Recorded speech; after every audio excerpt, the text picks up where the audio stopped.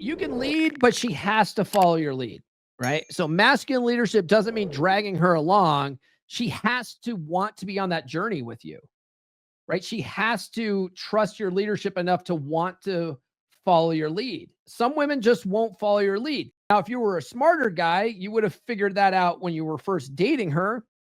But most guys don't learn this stuff until after they've gotten into a relationship like this. You know what I mean?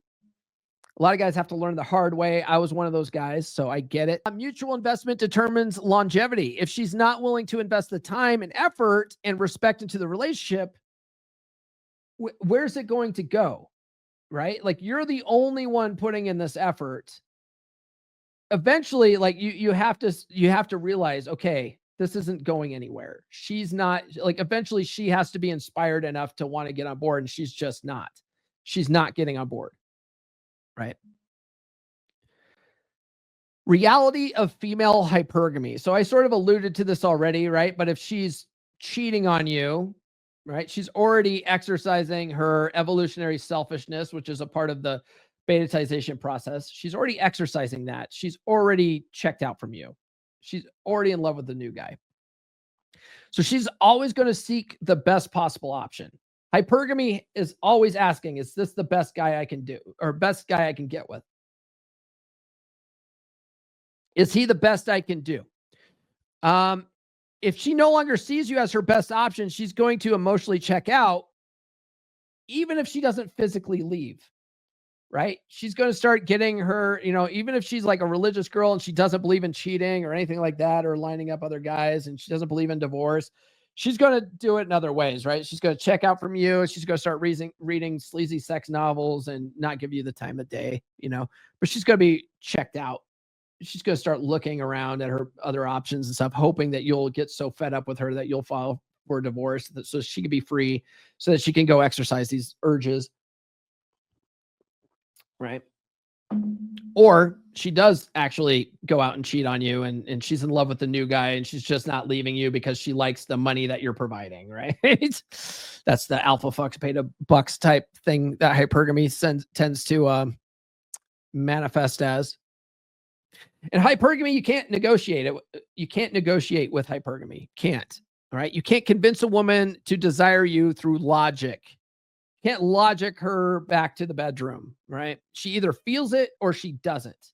So the idea of all of this is to become more of an attractive guy, because attraction is not a choice, right? But becoming more of an attractive guy that she naturally wants to be with and wants to follow your lead. And the reason why it typically works more times than it doesn't is because there's a baseline of attraction there. She was once attracted to you, right? Now, if a woman was never attracted to you, she was just there for what you could provide, and the only thing that you had to offer was money anyway, and you weren't that good at game or anything. You had no frame or no muscles or anything like that. You only had money. Like, you're not going to turn this around. She was never into you to begin with. Right. But I would venture to say that majority of the time there's a baseline of attraction there, and you have a much better shot. Right. But you can't negotiate that. If she was never attracted to you in the first place, even if you got more attractive, she still would think of you as the guy that she originally got with. Right.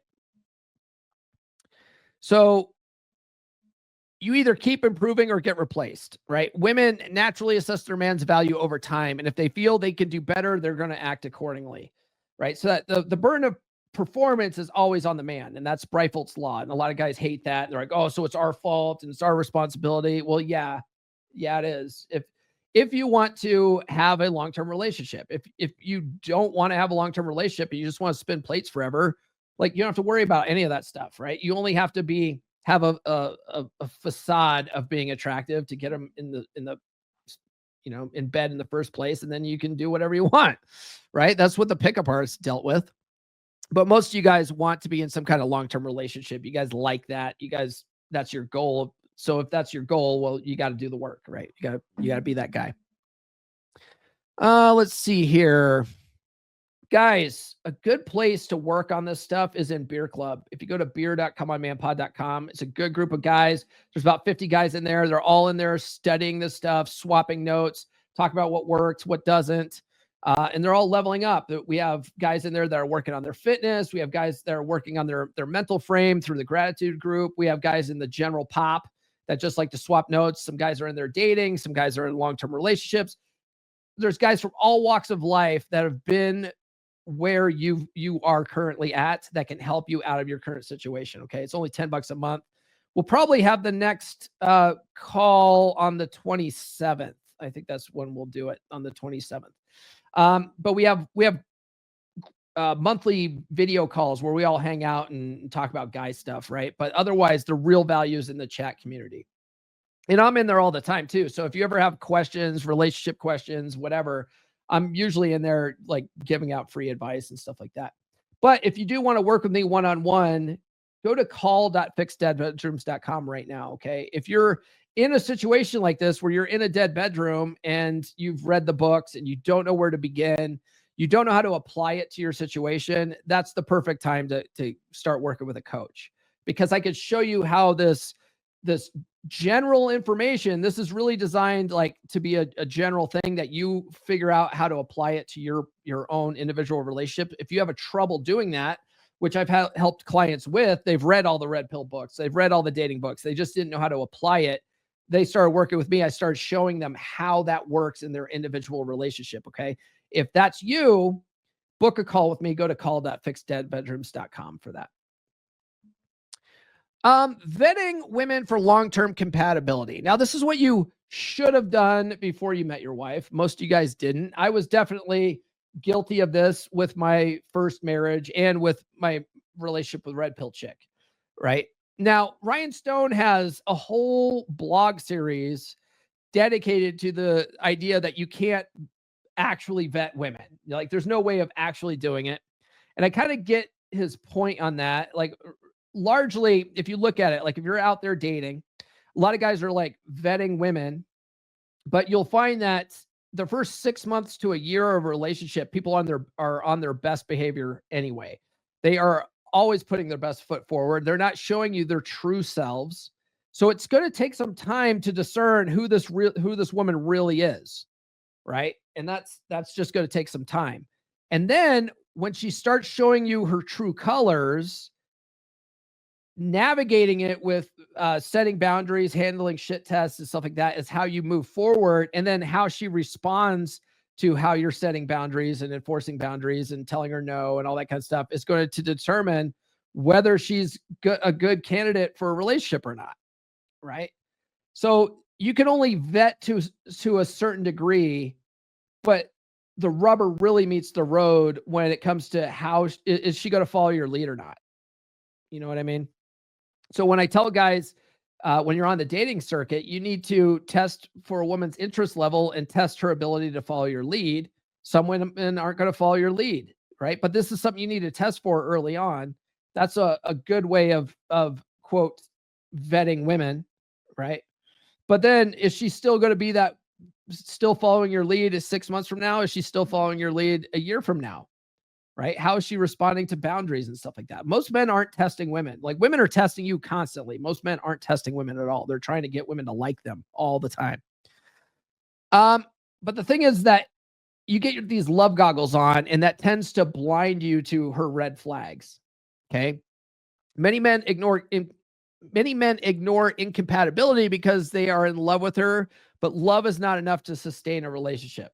Okay.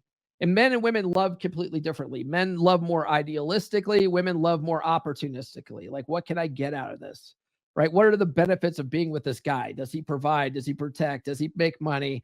Does he have status? Like, if I bring him to a party, like, are people going to, judge me for him? Like, all that, like, women are looking at all this kind of stuff. Guys are just like, I'm in love with her. She could do no wrong, right? Like, guys are the true romantics. Women are not. Okay. So love alone, just you loving her is not enough. Okay. Because she doesn't love you the same way. It's totally different. It's totally different. And that's okay. It's not a bad thing. A lot of guys are like, wait a minute, she doesn't love me unconditionally. Well, then that's not real love. The Bible says, men wrote the Bible. Okay. There's a reason why the biblical definition of love is more along the standards of what men think of love as. It's not necessarily how women perceive love, right? Emotional maturity is non-negotiable. If she is emotionally unstable, manipulative, or reactive, the relationship will become a constant battle.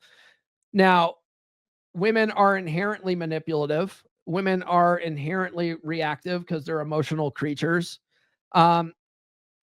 So that's just women being women, right? And there's ways of handling that, like, having good mental frame, handling shit tests properly, all that kind of stuff. We'll take care of that stuff most of the time, right? But if she's emotionally unstable, right? If she's like a cluster B type person, she's got BPD or whatever. If she's a histrionic, that kind of stuff, you need to not get with women like that. But a lot of guys have this Captain Save-A-Ho mentality where they're like, I could fix her. I can be the man that she needs. No other guy wants to be with her because she's like this, but I could be that guy for her. Right. You got to understand that if you are in this situation, it's because you've ignored that and you thought that you could fix her, and you can't fix her. Okay. So if you're in that kind of situation, you're in a dead bedroom situation, you've worked on yourself, and now you're realizing who she really is, it's time to move on and find a woman that doesn't have those types of problems. Okay. There's plenty of women out there that are emotionally stable, right? They might be emotional, but they're emotionally stable. Okay. Long-term relationships require shared values. So if your life visions don't align, you're just delaying the inevitable. We're going to be talking about that more on Rule Zero on Saturday because I'm hosting, and we're talking about the Love is Blind TV show and how that one chick dumped that guy at the altar because he didn't share her values in Black Lives Matter and whatever, inclusivity or whatever. We're going to talk about that. You'll find, though, that if you have good enough, strong mental frame, women tend to fall in line with your values and your vision, right? If you set the tone and lead a relationship from the beginning, and you have a vision for that relationship, which we talked about in one of the previous chapters from the book, you'll find that they tend to get on board. But most of the time, guys don't do that. Most of the time, guys don't lead. Most of the time, guys don't have a vision for the relationship. And so you've let her run things for so long. Now she has a vision for the relationship and you guys just don't align on that. Right. And so now you're trying to take back the reins and you're trying to get in the driver's seat again. And she's like, no, I'm going this way now. Right. I'm not following your lead now. I'm not going to get on board with the program now. Well, your relationship's going to go nowhere at that point. Right. So now it's time to cut her loose. Respect is the foundation of desire. So once respect is lost, attraction dies, right?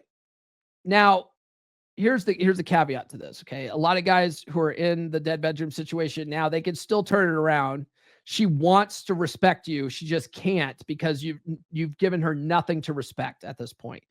But when the guys start working on the stuff, they start setting the tone and leading, they start being more attractive again. They start setting and enforcing boundaries. They start telling her no more. They start handling her shit tests. That respect starts to come back around more times than it doesn't. Okay. But if it doesn't, if she still doesn't respect you, even after all the work you've done, you're done, right? She can't love you if she doesn't respect you. Okay. And you've lost all respect in her eyes. You're done. Okay. It's time to end things. New episodes every Monday, Wednesday, and Friday. Subscribe now.